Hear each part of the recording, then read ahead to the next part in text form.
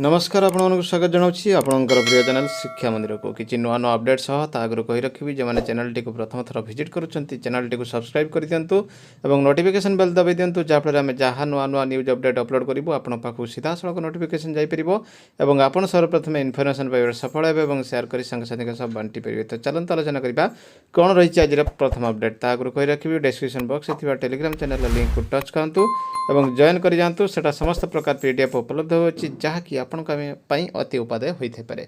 तो देखो ये रही प्रथम अपडेट बिना शिक्षक सरकारी हाईस्कल गोटे भी पदवी मंजूर होना 8टी ब्याच छात्र छात्री मैट्रिक परीक्षा दे सारे। तो निश्चित भाव देखो ये गोटे बड़ अपडेट रोचे राजनगर प्रथम रु अष्टम श्रेणी चाहे चली नोडाल उपरा विद्यालय को सरकार अपग्रेड कर हाईस्कल मान्यता देते 2022 रु नोडाल उपरा विद्यालय सरकारी अपग्रेड हाईस्कल मान्यता पाई। हाईस्कल मान्यता पाइबा दिन नवम और दशम श्रेणी पाठ पढ़ा होची कि आज सुधा 8टी ब्याच छात्र छात्री मैट्रिक परीक्षा दे सारे। मात्र आश्चर्यर कथा यही हाईस्कल आज जाए गोटे भी पदवी मंजूर होना कि छात्र छात्री को पाठ पढ़ाई कौन शिक्षक को नियुक्ति दि जाए। अन्य हाईस्कल 3 दिनिया डेपुटेसन आसी 3 जन शिक्षक यही हाईस्कल पाठ पढ़ाऊँच। एपरिक यही हाईस्कल छात्र छात्री को राष्ट्रभाषा हिंदी पढ़ाई बारण कर केन्द्रापड़ा जिला राजनगर ब्लॉक सात भाई पंचायत रे बगपाटिया एपरी हाईस्कल रही ओडिशा रे बिना शिक्षक सरकारी हाईस्कल थाईपे ताहा कानकु ओडुआ सबुथिले राजनगर सेपरी विद्यालय रहिबा आश्चर्यकर विषय होईछि। तो निश्चित भाव देखंतु एमिति बहुत अंचल अच्छी देखिबा परवर्ती अपडेट मिलिबो अस्थायी परिचय पत्र पहिलारु एकादश छात्र छात्री पिंधिबे गणवेश कोरोना कटकणा नियमावली पालन पर निर्देश सब कनिष्ठ महाविद्यालय अध्यक्ष को गणशिक्षा विभाग चिठी राज्य विद्यालय गणशिक्षा विभाग अधीन में कनिष्ठ महाविद्यालय 21 तारिख एकादश छात्र छात्री श्रेणीगृह शिक्षादान आरंभ हो विभाग पक्षर एकादश श्रेणी खोलने नहीं नियमावली जारी होती। एने समस्त कनिष्ठ महाविद्यालय अध्यक्ष विभाग प्रमुख शासन सचिव सत्यव्रत साहू चिठी लिखिं गतकाली आलोचना होता विषय को कार्यकारी करने को निर्देश दि जाएगी। एकादश विद्यार्थी 18 मास धरी श्रेणीगृह शिक्षादान पाइपारि नाहांती सेमानंकु स्वागत करने आवश्यक एसह पाठ्यक्रम और सहपाठ्यक्रम कार्यकलाप विषय परामर्श देवा कहुई। शिक्षानुष्ठान खोलिबार प्रथम दिवस रे स्वागत अधिवेशन इंडक्शन सेशन करने को कहुई। यही अधिवेशन में छात्र छात्री जड़े अभिभावक उपस्थित रही पारे अध्यक्ष किंबा वरिष्ठ अध्यापक अधिवेशन परिचालना करेंगे। एथिरे शिक्षानुष्ठान पाठ्यक्रम और नियमावली संबंध में सूचना दिज्व नवागत छात्र छात्री को शिक्षानुष्ठान पक्षर क्यारियर पोर्टाल विषय अवगत कर पोर्टाल में 550 प्रकार भविष्य योजना और विकल्प संबंध में जन छात्र छात्री को शिक्षानुष्ठान पक्षर अस्थायी परिचय पत्र दिज्व। विद्यार्थी नवेम्बर 1 शिक्षानुष्ठान यूनिफॉर्म गणवेश बा सम पोशाक पिंधि आसवे। ई पुस्तक रैगिंग मुक्त कैंपस छात्रावास भली विभिन्न विषय सूचना दिज्व। सेहीपरि सोमवार शुक्रवार पर्यंत यूट्यूब पाठपढ़ा जारी रहिबो। एकादश पिला दशम श्रेणी पाठ पढ़ाइबा परामर्श दि जाए। व्यतीत कोरोना कटकणा पालन सह 14टी नियमावली जारी कर दिगरे पदक्षेप नेबा को शिक्षानुष्ठान अध्यक्ष को विभाग पक्षर कहुई। तो निश्चित भाव गोटे बड़ अपडेट देखा परवर्ती अपडेट 18 मास पर खोल 18,000 विद्यालय पंचायत स्तर मिलित भाव हेबे सफाई प्रतिदिन घंटाए लेखाएं प्रतिकार श्रेणी त्रुटि हेले प्रधान शिक्षक विरुद्ध में कार्यानुष्ठान 28 रु 30 जाए मपा छात्र छात्री दक्षता दशम पाठ सह समन्वय रखी पाठ पढ़ाओ। एकादश एकाडेमिक कैलेंडर प्रकाशित प्रथम दिन में इंडक्शन क्लास सोमवार शुक्रवार यूट्यूब क्लास जारी रहिबो। Odisha junior teacher association Bhubaneswar press विज्ञप्ति रही तीव्र असंतोष मध्य ओडिशा कनिष्ठ शिक्षक संघ भुवनेश्वर रही न्यूजटी 17/10/21 खबर रविवार दिन भुवनेश्वर स्थित निगिड़ा उत्कल प्राथमिक शिक्षा भवन ठारे जिला और ब्लॉक कनिष्ठ शिक्षक संघर सभापति और संपादक मानक नहीं एक जरूरीकालीन बैठक अनुष्ठित होता। उक्त बैठक में कनिष्ठ शिक्षक मानकर दरमा वृद्धि होइनथिबारु तीव्र असंतोष वृद्धि पाइथिला। गत 13/10/2021 बुधवार दिन सांबादिक सम्मेलन माध्यम कनिष्ठ शिक्षक दरमा वृद्धि को नहीं सरकार को अवगत करा। सरकार उदारहीनता मनोभाव को नहीं ओडिशार पंचायत स्तर राज्य स्तर पर्यंत शिक्षक मान महल तीव्र निंदा करा जायछि।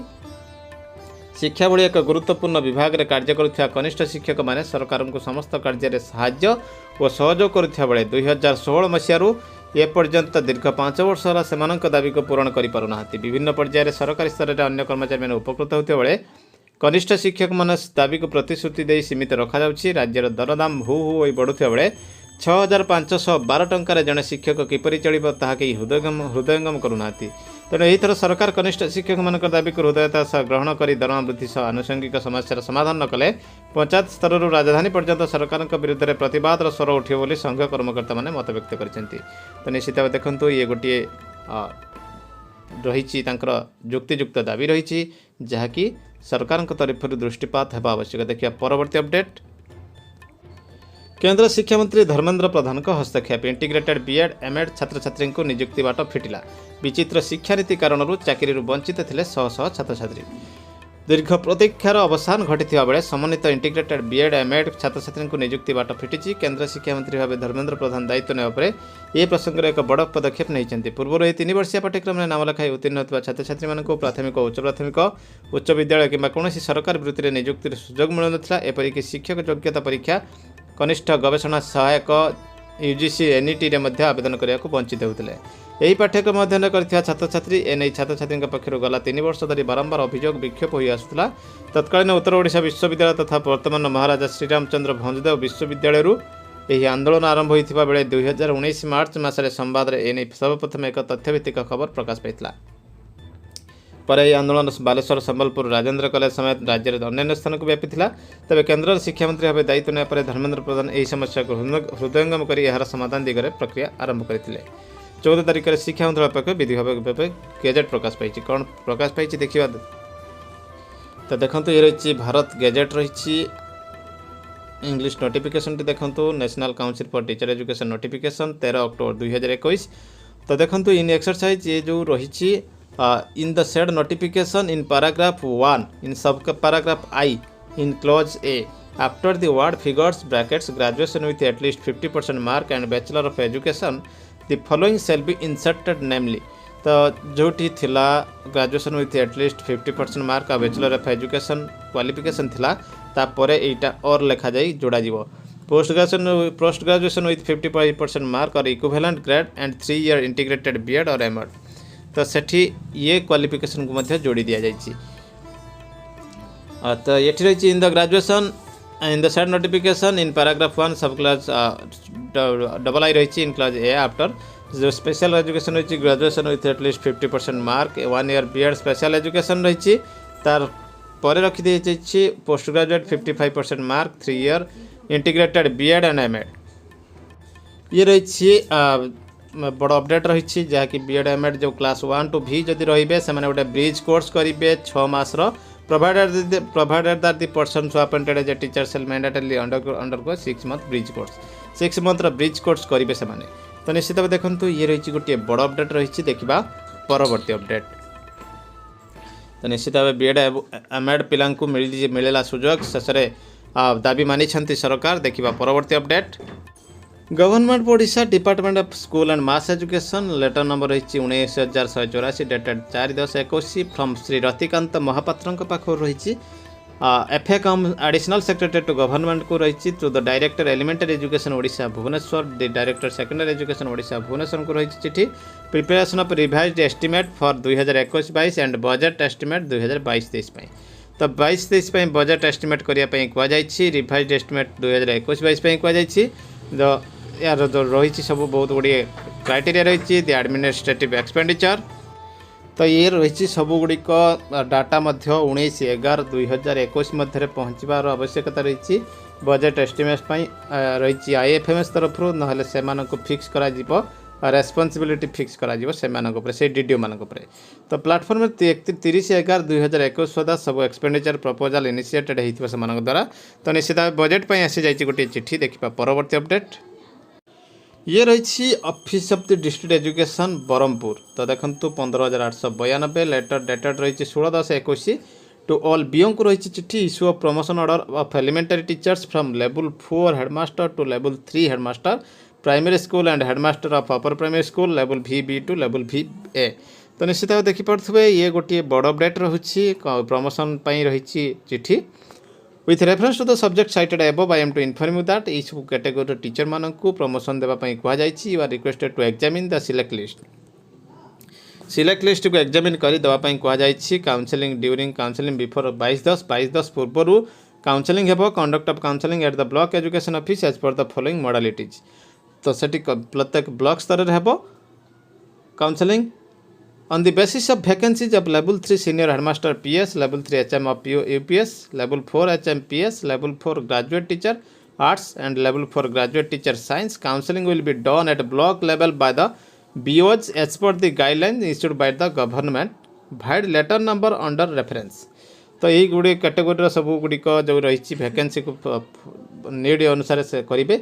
During counselling the school will be selected for each category of post. तो काउंसलिंग समय इच कैटेगरी वाइज स्कूल को सिलेक्ट करा जीवो. Senior HM PS, HM PS, HM रही PS एवं रही graduate teacher arts, graduate teacher science separately as per administrative exigency and decreasing order of roll strength. The vacancy list will be selected as per number of selected candidate. No extra vacancy will be displayed during counseling. Extra vacancy को show करा जीवो नाही, जेतिक आवश्यक role strength अनुसार exigency अनुसार देखा जीवो. At present in most of the upgraded high school senior SCS HM post has been sanctioned and filled up. So level 3 HM and level 4 HM will not be posted in UG high school. तो upgraded high school से level 4 level 3 posting हेबो नाही, but graduate teacher art science and level 4 can be posted in UG high school as per PTR norms. Graduate teacher arts science Sethi posting हो Paribas UG high school. If the selected graduate arts and science teacher is at present working in a primary school, यदि primary school थिबे then they shall be posted in upper primary school as per PTR norms. Availability of one science graduate and arts graduate teacher in every UPS must be ensured during the process. सब process रे science graduate गोटे और arts graduate गोटे समस्त UP school करने रही निर्देश. किंतु आपको से दिन देखी 800 ग्रेजुएट आर्ट्स टीचर थी 80 जन ग्रेजुएट साइंस टीचर अच्छा जहाँकि impossible. If any selected senior HMS PS level 3 HM PS level 4 at present UP school, then he will be posted as in primary school as per vacancy displayed counseling.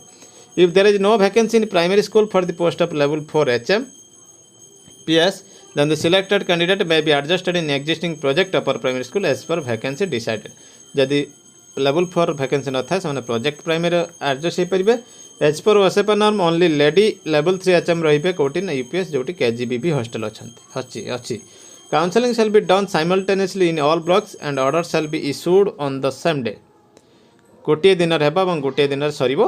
The counselling shall be made on priority basis, that is आगे दिया female PWD को और mail PWD को तापरे female तापरे mail as per the seniority gradation list. Hence you are requested to issue promotion orders in favor of selected teachers through counseling to the need based school on 21-10-21 and 22-10-21. 22-10-21 21-10-21 रे सरिबो एवं join करिवे से माने 25-10 मध्ये. तो निश्चित गोटे बड़ अपडेट रही. तो ये निश्चित भाव देखंतु आउरी गोटे रही जोटा कि 7-10-21 रे गवर्नमेंट पाखरु आसीची टू ऑल डीओ को posting of elementary teacher counselling माध्यम करने कहुला. 14 मसीह गोटे आसी संक्रांतीय गाइडलाइन. तो निश्चित भाव देखो ये रही है बर्तमान बड़ अपडेट. आम देखल जोटा कि कैटेगोरिकली क्यों स्कूल किए पोस्टिंग पाइबे से बर्तमान क्लारिफिकेशन आसी जाइए. तो निश्चित भाव रही गोटे बड़ अपडेट. एमती किसी नुआ अपडेट सब मुझे पुणी आसबि आप सामना को. रही नमस्कार, जय जगन्नाथ.